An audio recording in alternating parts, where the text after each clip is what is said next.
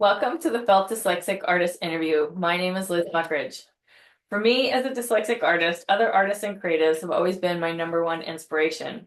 In these interviews, we talk with artists and creatives who share their stories and we gain insight into their process from inspiration to art tips, career building, and more. We're so lucky to listen to the wisdom of Meredith Russ today. I'm so excited to hear about her past and future projects and share insights on life as an artist. Hi. Hi. Okay, I'm gonna jump right in. Describe the art you make. What medium do you primarily work in, and why do you choose that medium? Currently, I am a digital photographer. I chose it because I love photography. I studied art history and I always had a penchant I studied photography, the old school kind. But now the phone has made it so easy. So rather than having to find a dark room and like use those kinds of skills, and I can just instantly do it. So yeah, Yeah. yeah. Do you work in any other mediums? I do. So I've painted infrequently, I would say. I've also acted, which is a completely it's not a making thing, but it's a form of art. Um, and yeah, music a little bit here and there. So Oh, yeah. wow. How did you get into making art? Can you tell us about your background and how you first became interested in art?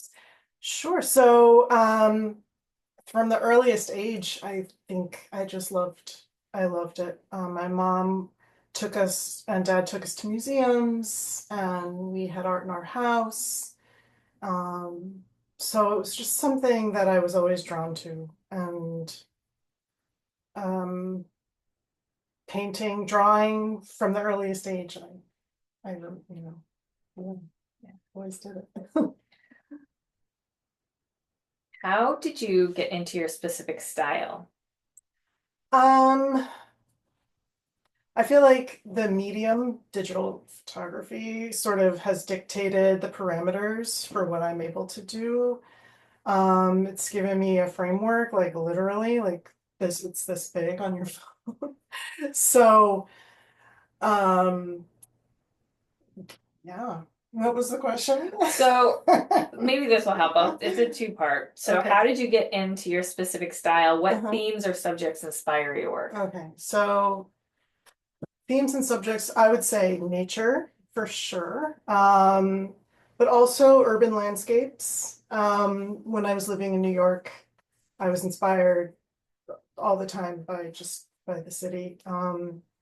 And here it's really nature. Sometimes it's houses, but it's always I would say still life. I rarely take photos of people. As much as I love like drawing people, but I don't really like photographing people. I don't know. I feel self-conscious photographing people. Uh, so yeah, those are my themes, I suppose. Yeah. Yeah. Do you consider yourself neurodivergent or neurotypical? Well, with the sort of plethora of internet research and articles and everything that's been coming out in the past couple of years, I started wondering like, am I this? Am I that? There was a moment where I thought I was dyslexic. My mom refuted that. She's probably right. I don't know. And then I thought I had ADD, and I also like went to my family like, "Hey, do you guys think that I might have this?" And everyone was like, "No, no." But I think everyone's sort of come around more recently to being more like open to these kinds of things. And it's sort of, I've never gotten diagnosed, but it would answer a lot of questions, I suppose. Yeah. Um, but yeah, I don't know. I know there's a test you can take and speak with a therapist, but I've never actually done it, so I don't have the attention span. Have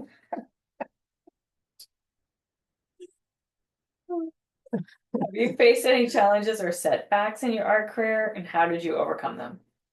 Challenges and setbacks, I would say just this would be sort of energy, my own personal energy. If I'm working a lot, I don't always have the energy to put into it or the inspiration isn't flowing, I guess.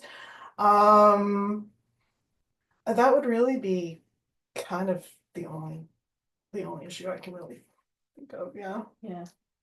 Where did you grow up?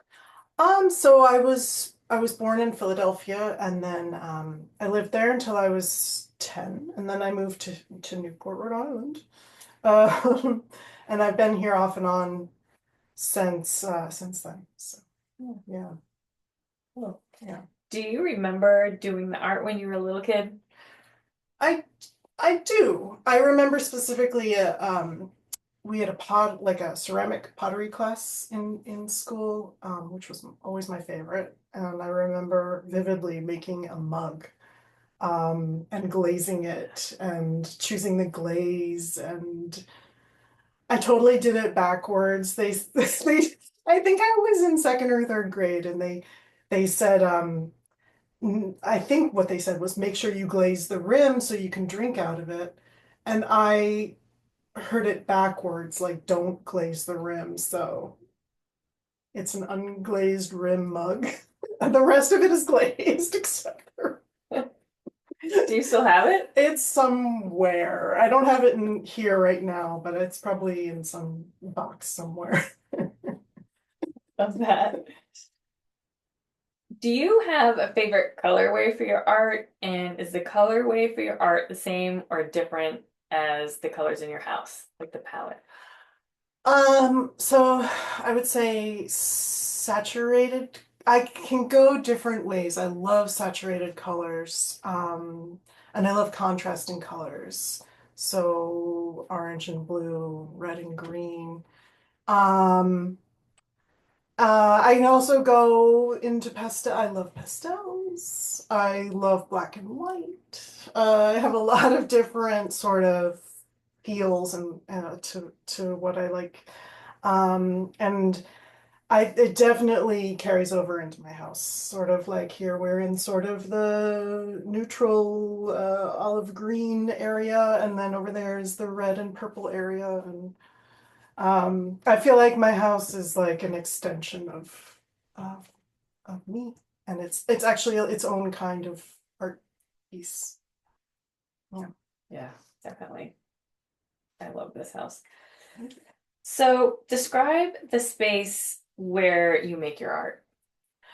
Um, Generally outside in nature, or we're on the street. Every once in a while, though, I do take photos inside. Um, so it can really just, that's the freedom. It doesn't have to be in any particular place or studio. So it's just wherever inspiration strikes. How did your school system support your interest in art growing up?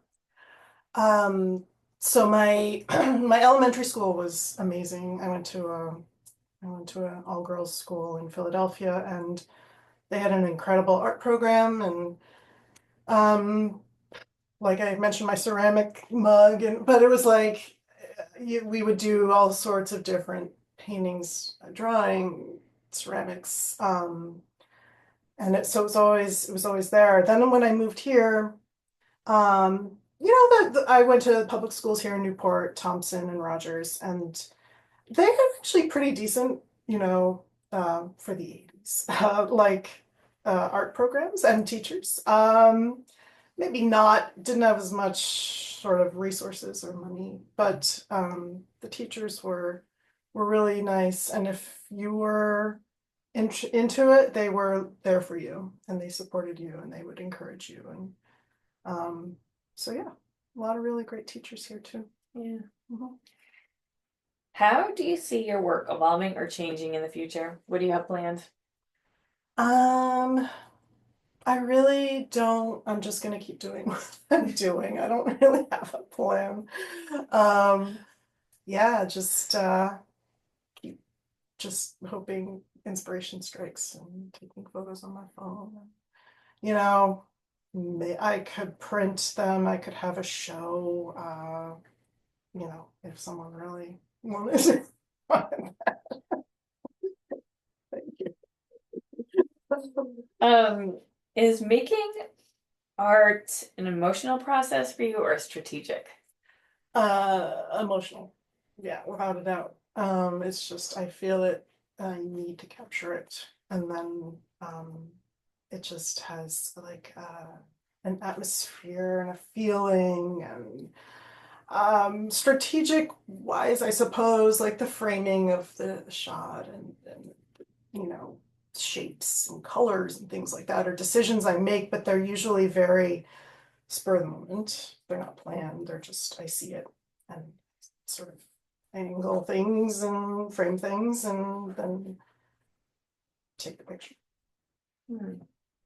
Well, and they're overlaid too. Yeah, yeah, I do some double exposures, which I really have fun with. I sometimes like forget that I can do that, and then I remember like, oh wait, no, I could I'll see two interesting things and I'll remember like, wait, I can do a double exposure, so I'll just play around. And it's one thing that's a little bit similar to traditional photography is you don't know what the double image is going to look like until you look at it, because you're taking two separate photos. Anyway, so it's sort of always a surprise what you're going to get, and sometimes it comes out well. Yeah, I'm obsessed with them. Thank you. Can you walk us through your creative process from idea to finished piece? Um, yeah, I think I just kind of did, but it's like it's like just being inspired by what I see and then taking the photos and then they're there in the digital world in the cloud and um yeah, if I were to print them, I would have to face that. I've printed them like literally once. Uh I should I should do that and maybe frame them. Yeah. Please. How do you combine the art? Well, I guess, how do you combine the art you love to make and the art you sell? Well, I don't think I've ever sold one. Have I? I don't think I've ever sold a photo. Um, and when I painted, I remember showing a few things and I had an offer for someone to buy it and I was like, no, it's that one right there. So I was like, and it was a great compliment that the person wanted to buy it because he's a great artist. And I was like, really? You think the painting's good? Um, so, and I still have it, and I still like to look at it. So I'm one of those people, I have a hard time letting go of things. So like selling things is always, but with photography, you can make as many copies as you want. So it shouldn't really be that much of a problem. I think we're gonna make a change here. So how would people find your art to purchase if they wanted to purchase some of your photos? Well, you can contact me on my Instagram page. Mill Pickles is my tag name, or Meredith. You can just look me up by my name, Meredith Rust. And if you would like to purchase a photo, rather, yeah, just send me a message.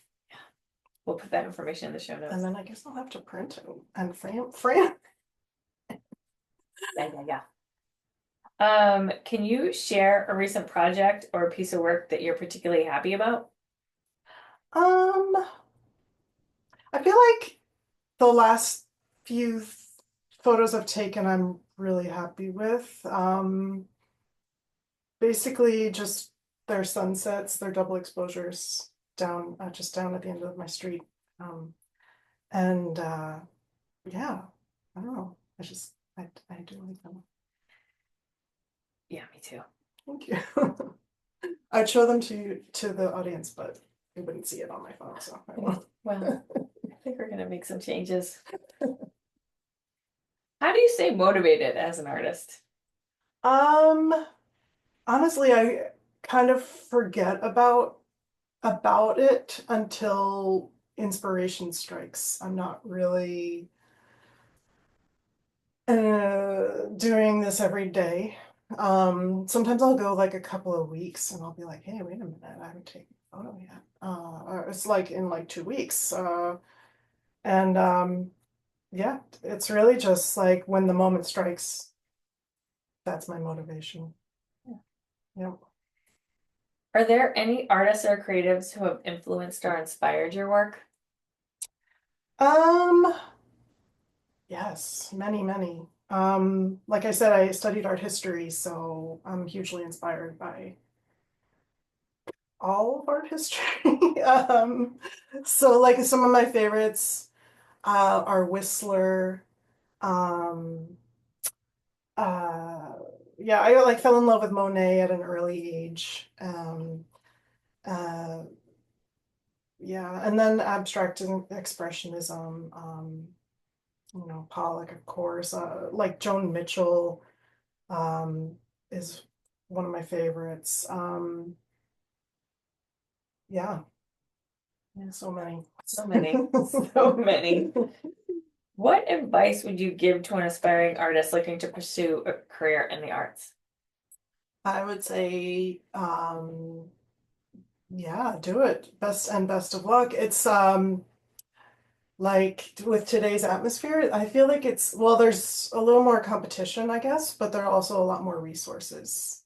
Art school sort of if you were to go to art school, it sort of teaches you how to be a professional artist, which is not something that they did when we were in school. Um, Unless maybe if you went to a higher end art school, they might do that, but in a sort of traditional college, that wasn't anything that they spoke about. So, um, yeah, go for it. Yeah. Yeah. What is your favorite book, movie, song, podcast? Um, I would, oh, it's a lot to choose from. But I was thinking about that movie Amelie, and yeah, it's one of my favorite movies because it's so visually striking, and I've always been like a Francophile, and it's a delightful movie and beautiful to look at. Yeah. What about music? Um, Music. So yeah, I grew up playing piano. Um, I was in a band briefly with my husband and some friends of ours, and um, I've always loved music, and it's really hard to sort of choose anything that would be a favorite. I'd say probably one of my favorite albums of all time. I'd have to go with an entire album. Would be like Peter Gabriel Us, which was like a college era album favorite for me. Just sort of very like emotional and beautiful, and yeah, but I have a lot to choose from. So. How about a book? Favorite book? Um, I don't know. I always go back to, and this isn't like a novel or a literary piece, but always the Four Agreements by Don Miguel Ruiz. So it's a simple book with simple concepts and that are hard to remember. So it's always good to revisit. Podcast? I don't really do podcasts too much. I just started watching the podcast that Amy Poehler is putting out, which is really sweet and funny and a nice sort of uplifting. Yeah. And, Is there a book that you recommend over and over again that's different than your favorite? um, I would have no. Yeah, same. I You think it's recommend probably that the one? same. Yeah, Yeah. yeah, yeah. Yeah. What do you want to talk about that I didn't ask? Um,